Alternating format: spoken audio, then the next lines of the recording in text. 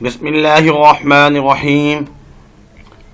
آج انشاءاللہ العزیز عقیدہ توحید کے بارے میں پڑھیں گے۔ توحید کی اقسام، شرک کے کیا اقسام ہیں، انسانی زندگی میں عقیدہ توحید کے اثرات کیا مرتب ہوتے ہیں، وجود باری تعالیٰ کی وضاحت، اس کے دلائل عقلی اور نقلی دلائل، اسلامیات 11ویں جماعت کے لیے سر نوید خالد۔ ایک سوال یہ ہے کہ عقیدہ توحید کو دلائل سے ثابت کیجیے۔ لونگ ہے اس لیے ہم کوشش کریں گے سب سے پہلے عقیدے کی لغوی معنی اور اصطلاحی معنی بتائیں، پھر توحید کے لغوی معنی اور اصطلاحی معنی بتائیں، پھر عقیدہ توحید قرآن کی روشنی میں، عقیدہ توحید احادیث کی روشنی میں، توحید کے اقسام کیا کیا ہیں، یہ تمام چیزیں بتانے کے بعد پھر سائنسی دلائل کیا ہیں، عقلی دلائل کیا ہیں، یہ تمام اس طرح تفصیل سے لکھنا ہوتا ہے۔ امید ہے کہ آپ نے میرا چینل سبسکرائب کر چکے ہوں گے، اگر نہیں کیا تو برائے مہربانی سب سے پہلے یہی کام کیجئے، اس کے بعد ویڈیو سن لیجیے گا، لیکچر کو سن لیجیے گا، لائک بھی کر لیجیے، نیچے سے جو کلک ہے اس کو کلک کر دیجیے، اور اس کے علاوہ شیئر بھی بعد میں کر دیجیے گا اپنے دوستوں کو، فرینڈس کو۔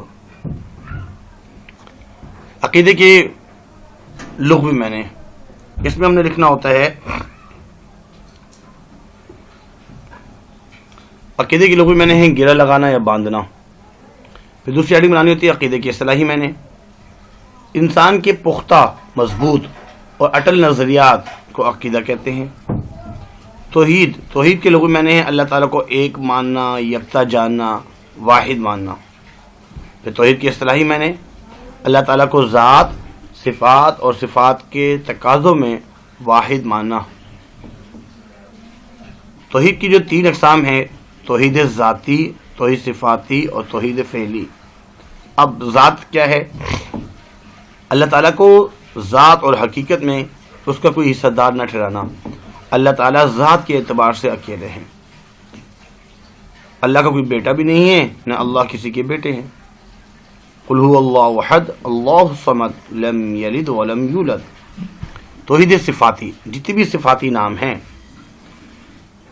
واللہ الذی لا الہ الا هو الرحمن الرحیم الملک القدوس السلام مؤمن مہیمن عزیز جبار متکبر، جتنے بھی صفاتی نام ہیں وہ خاص اللہ کے لیے ہیں۔ اللہ ہی خالق ہے، اللہ کے علاوہ کوئی خالق نہیں۔ اللہ مالک ہیں، اللہ کے علاوہ کوئی مالک نہیں۔ اللہ ہی رازق ہیں، اللہ کے علاوہ کوئی رازق نہیں۔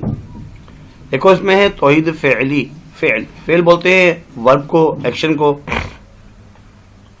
تو جتنے بھی افعال ہیں اور جو اعمال ہیں وہ اکیلے اللہ پاک ہی چلا رہے ہیں۔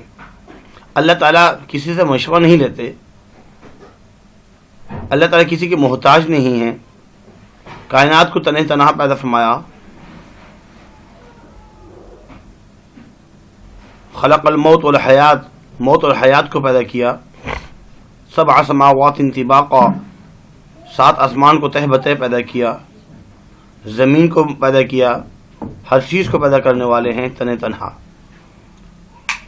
اس کے بعد جو تیسری چیز لکھنی ہوتی ہے ہم نے، توحید اور شرک میں فرق۔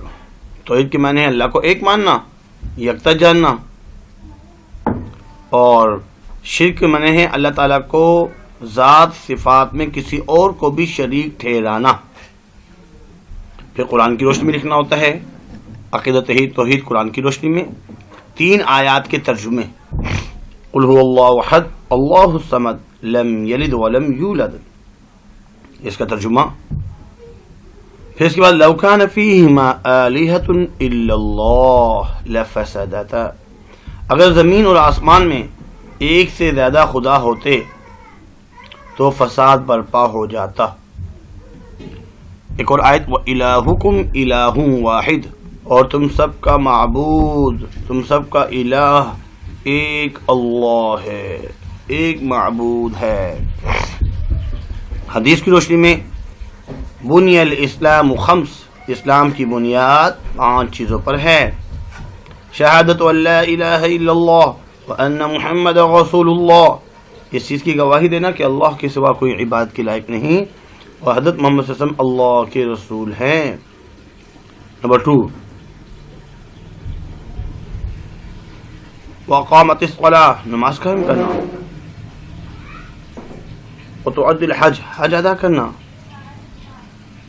زکوٰۃ دینا، وَتُصُومُ رمضان، رمضان کے روزے رکھنا۔ اس کے بعد ایک اور حدیث ہے، افضل الذکر لا الہ الا اللہ وافضل الدعاء الحمدللہ، سب سے افضل ذکر لا الہ الا اللہ ہے اور سب سے بہترین دعا الحمدللہ ہے۔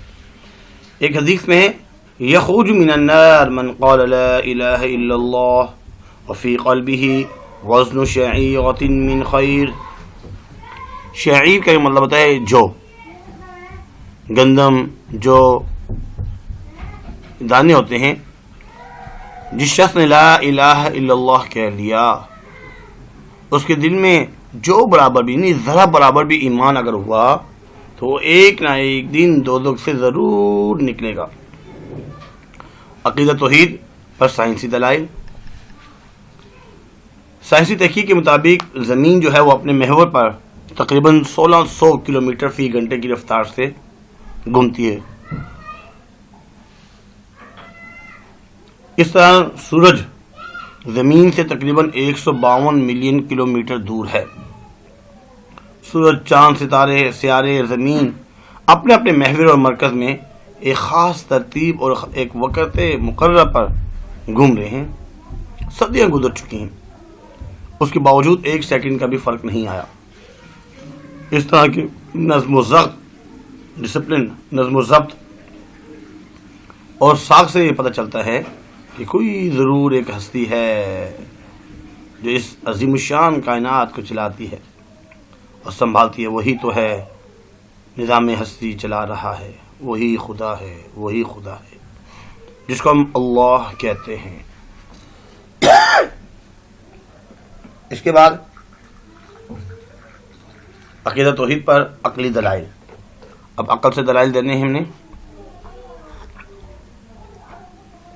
ایک گھر جو ہے جب تک اس میں مزدور، میسن، مستری وغیرہ نہیں ہوں گے تو گھر کا نظام کیسے، گھر بنا ہی نہیں سکتا کوئی۔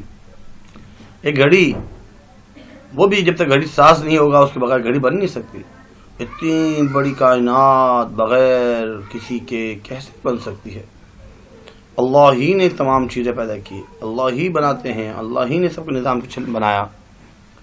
آسمان زمین کو اللہ نے پیدا کیا، ہر چیز کو اللہ پیدا کرتے ہیں۔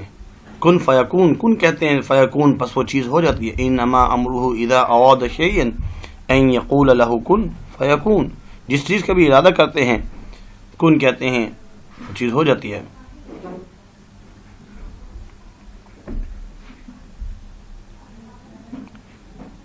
یہ سارا نظام جو چل رہا ہے تو کوئی ایک ہستی ہے جو چلا رہا ہے۔ ان کی جو قدم کے نشان، انسانوں قدموں کے نشان، وقت پہ سورج، چاند، ستاروں کا نکلنا، پہاڑ، میدان، جنگل، دریا، سمندر، ہوائیں، بادل، بارش، بدلتے موسم، انسان، حیوان، یہ تمام ان کا ایک باترتیب نظام ہے۔ کہ کوئی ہستی ہے جو اس پورے نظام کو بخوبی چلاتی ہے، وہ طاقت والی ہستی اللہ ہے، اللہ ہے۔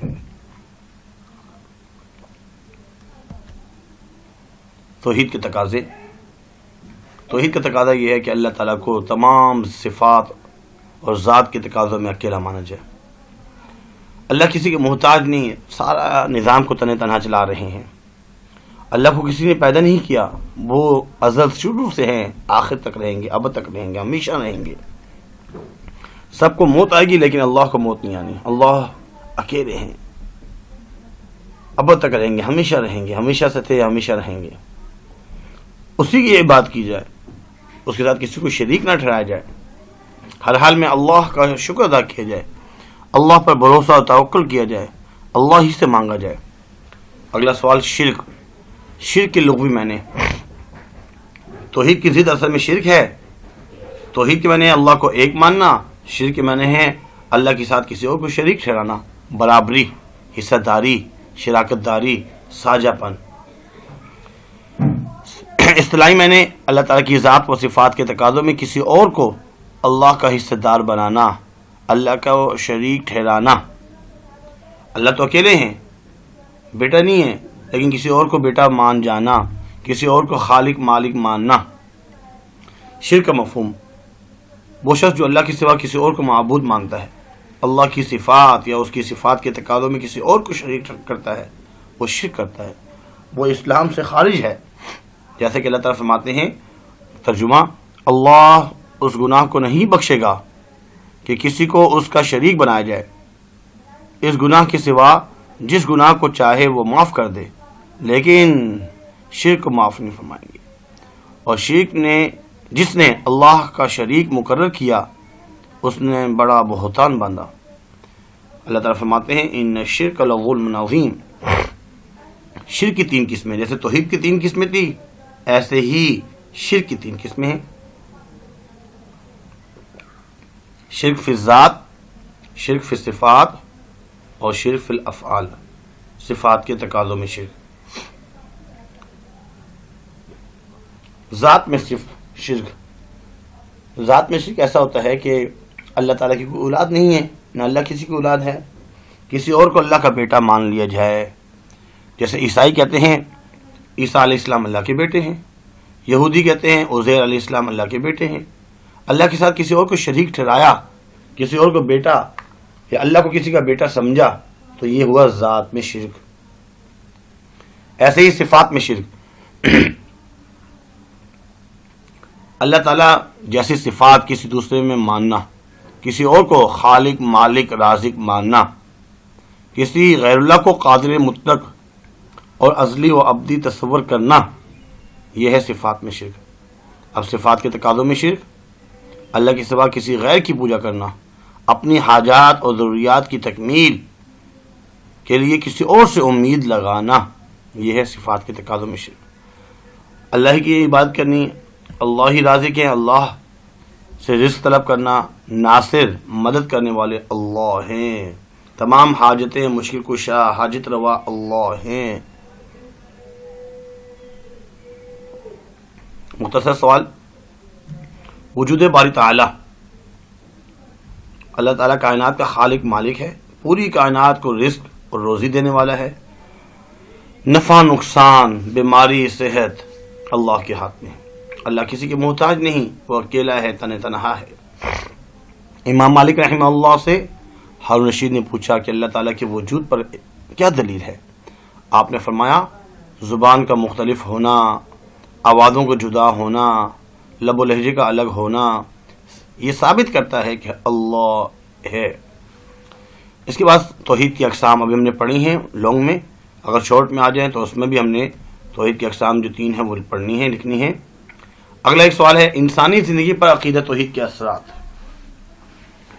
ہیڈنگز بنا کے بھی لکھ سکتے ہیں، اور اگر ہیڈنگز نہیں بنائے تو کم سے کم 5-6 پوائنٹس لکھیں۔ ایک تو یہ ہے کہ اللہ کے سوا کسی اور کے سامنے نہیں جھکنا۔ عقیدہ توحید کا اثرات یہ ہوتا ہے کہ انسان کو عزت نفس عطا کرتا ہے، عزت دیتے ہیں، اس کا نفس مجروح نہ ہو، کسی کے سامنے جھکے گا نہیں وہ۔ عقیدہ توحید انسان میں عاجزی پیدا کرتا ہے، عاجزی، انکساری پیدا کرتا ہے، بہادری جیسے اوصاف پیدا ہوتے ہیں، اطمینان قلب نصیب ہوتا ہے، اور نیکی کی طرف رغبت، گناہوں سے اجتناب پیدا ہوتا ہے، صبر شکر والے اوصاف اس کے اندر پیدا ہوتے ہیں، تقوی طہارت پرہیزگاری، گناہوں سے بچنے کی کوشش وہ کرتا ہے۔ اس کے بعد MCQs، اللہ تعالیٰ کو اس کی ذات و صفات میں واحد ماننا توحید کہلاتا ہے۔ شراکت و حصہ داری کے لیے لفظ شرک آتا ہے، اور شرک کی جو ضد ہے وہ ہے توحید، عقیدہ توحید۔ امید کرتے ہیں کہ آپ نے چینل بھی سبسکرائب کر لیا ہوگا اور شیئر بھی کر لیا ہوگا، لائک بھی کیا ہوگا، لازم کیجئے۔ آج کے لیے اتنا ہی کافی ہے، انشاءاللہ اس کے بعد اگلی لیکچر ہمارا جو ہے وہ عقیدہ رسالت کا ہوگا۔ ہماری کوشش یہ ہے کہ پوری بک کے ہی لیکچر بنائیں تاکہ آپ کو یاد کرنے میں آسانی ہو۔ آج کے لیے اتنا ہی کافی ہے۔ وما علینا الا البلاغ المبین۔ جزاکم اللہ خیر، فاحسن الجزاء۔